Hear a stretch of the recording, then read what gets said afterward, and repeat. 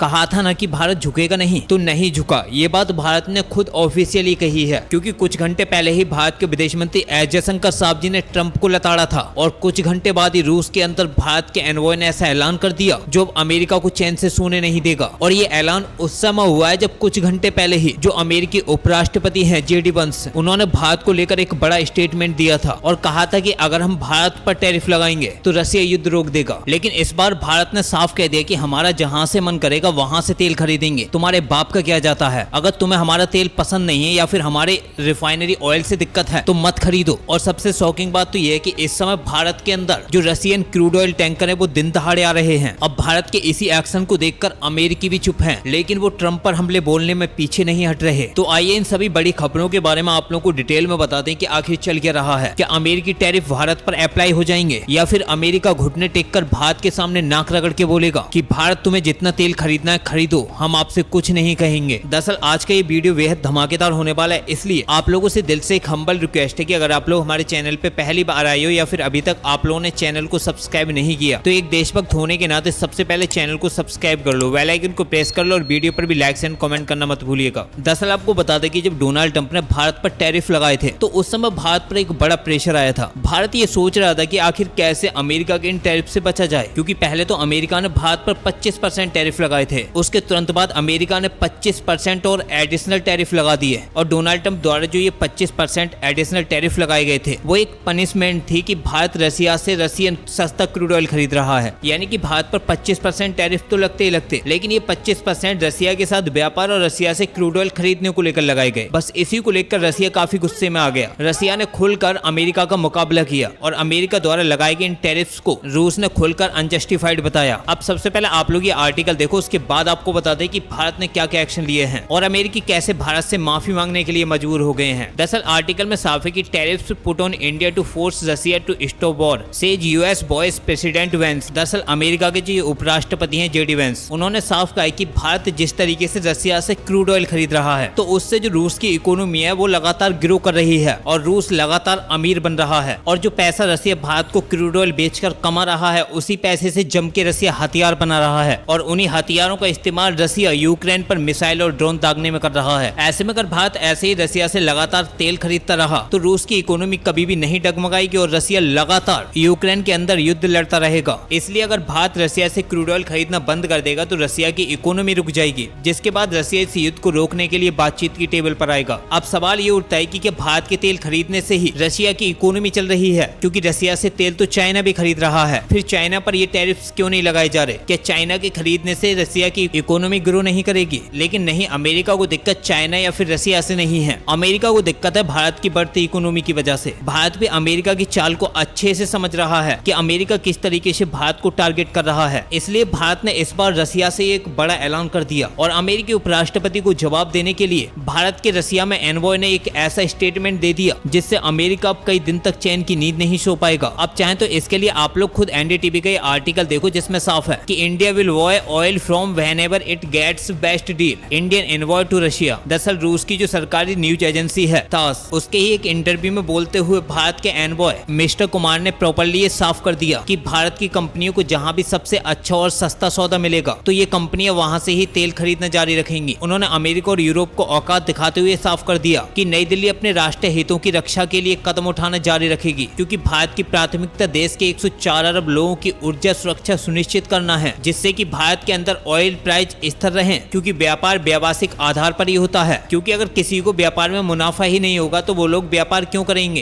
क्योंकि रूस के साथ भारत के सहयोग ने कई अन्य देशों की तरह भारत की ऑयल मार्केट के साथ साथ ग्लोबल ऑयल मार्केट में भी स्टेबिलिटी लाने में मदद की है। अब ऐसे में अमेरिका भारत पे 50% टैरिफ लगाए या फिर 100%, उससे हमें फर्क नहीं पड़ता, क्योंकि खबरें निकल के आ रही हैं कि भारत ने अब अमेरिकी टैरिफ्स को पूरी तरीके से इग्नोर कर दिया है और अब भारत ने अपनी निगाहें यूरोप पर टिका ली हैं। क्योंकि रिसेंटली भारत के विदेश मंत्री एस जयशंकर साहब जी ने economic times world leader form में बोलते हुए ये साफ कर दिया, अगर दुनिया में किसी को हमसे तेल नहीं खरीदना या फिर किसी को हमारे तेल से दिक्कत है तो हमसे तेल मत खरीदो। अगर आप लोगों को हमारे रिफाइंड तेल से दिक्कत है क्योंकि हम रशियन क्रूड ऑयल को रिफाइन करके बेच रहे हैं तो आप लोग हमारे ऑयल को मत खरीदो, क्योंकि जब हमारा तेल ग्लोबल मार्केट में बिकेगा ही नहीं तो हम पैसे भी नहीं कमा पाएंगे और ना ही हम रूस से फिर एक्स्ट्रा ऑयल परचेज करेंगे। लेकिन हम अपने 140 करोड़ लोगों की नीड के लिए तो तेल खरीदेंगे, वो तो हम किसी कीमत पे नहीं रुकने वाले। आप लोग चाहे तो खुद ही आर्टिकल देखो। दरअसल आर्टिकल में साफ है कि you did not like it, don't buy it. Jaishankar on Trump's secondary sanctions on India's Russian oil trade. Jaishankar साहब जी ने यहाँ पर अमेरिका पर अटैक करते हुए ये भी बिल्कुल साफ कर दिया कि जब 2022 में रशिया ने अटैक किया था यूक्रेन पे, तो उस समय यूरोपियन और अमेरिकन ने रशियन क्रूड ऑयल को खरीदना बंद कर दिया था और उस समय भारत रशिया से बिल्कुल क्रूड ऑयल नहीं खरीदता था। लेकिन उस समय जब ग्लोबल मार्केट में ऑयल का प्राइस इंक्रीज हुआ और यूरोपीय देश ऑयल को लेकर परेशान होने लगे, तो उस समय तो अमेरिका ने भी भारत से कहा था कि आप लोग रशिया से क्रूड ऑयल खरीद लो ताकि ग्लोबल मार्केट में जो ऑयल की स्थिरता है वो बनी रहे। लेकिन जब हमने अब रूस से तेल खरीदना शुरू कर दिया तो आपको दिक्कत हो रही है कि आप लोग रूस से तेल क्यों खरीद रहे हो, आपके पैसे से रशिया पर अटैक हो रहा है। क्या पिछले 2-3 साल में रशिया पर हमारे पैसे से अटैक नहीं हुआ? अगर आप लोग चाहते हो कि हम भाई रूस से तेल न खरीदे तो आप लोग उसी रेट में अपना तेल हमें दीजिए, हम आपसे खरीदेंगे। जबकि हमने तो आपसे भी पहले के मुकाबले में जो ऑयल ट्रेड है वो बढ़ा दिया है, हम पहले के मुकाबले आपसे अब ज्यादा ऑयल खरीद रहे हैं। और यहाँ पर हम एक बात और बिल्कुल साफ कर दें कि भारत वो देश है जिसके अमेरिका और चाइना जैसे दोनों ही देशों के साथ उतार चढ़ाव जैसे रिश्ते रहे हैं। लेकिन अगर ओवरऑल ट्रेजेक्टरी की बात करें तो वो पॉजिटिव रही है कि अगर किसी एक इशू पर सहमति नहीं बनी तो बाकी लगभग सभी इशूज पर सहमति बनी है। और सबसे मजे की बात तो उस समय है जब भारत के विदेश मंत्री एस जयशंकर साहब जी ने अमेरिकी फॉरेन पॉलिसी पर ही अटैक कर दिया। और जो राहुल जैसे गद्दार और बाकी लोग ये बोल रहे थे जो भारत की फॉरेन पॉलिसी है वो डेड हो चुकी है, तो उन लोगों को आज अपने मुंह पर कलिक पोत लेनी चाहिए। जयशंकर साहब जी ने इस बार डोनाल्ड ट्रंप पर हमला बोलते हुए साफ कर दिया। दरअसल भारत के लिए बेहद ही प्राउड मूवमेंट है कि भारत के विदेश मंत्री डायरेक्टली अमेरिकी राष्ट्रपति डोनाल्ड ट्रंप पर अटैक कर रहे हैं। और इस समय भारत ने बिल्कुल साफ कर दिया है कि हम झुकने के तो बिल्कुल भी मूड में नहीं है। और इस बार जयशंकर साहब जी ने डोनाल्ड ट्रंप की जो स्टाइल है उसे परंपरा से विचलन बताते हुए साफ कह दिया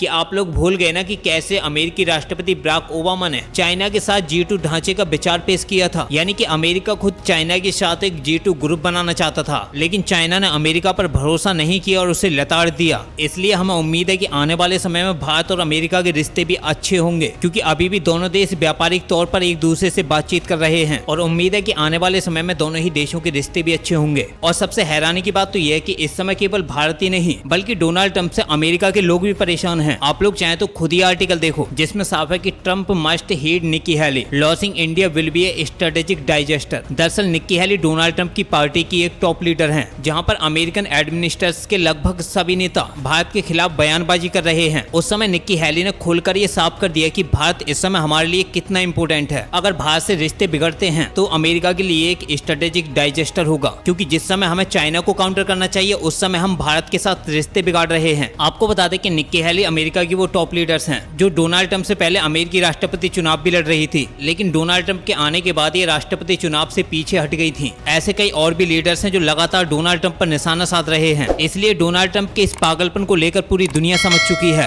अब आप लोगों की क्या राय, आप लोग भी कमेंट बॉक्स में जरूर बताना। फिलहाल इस वीडियो में इतना ही, मिलते हैं एक नई वीडियो के साथ, तब तक के लिए जय हिंद जय भारत।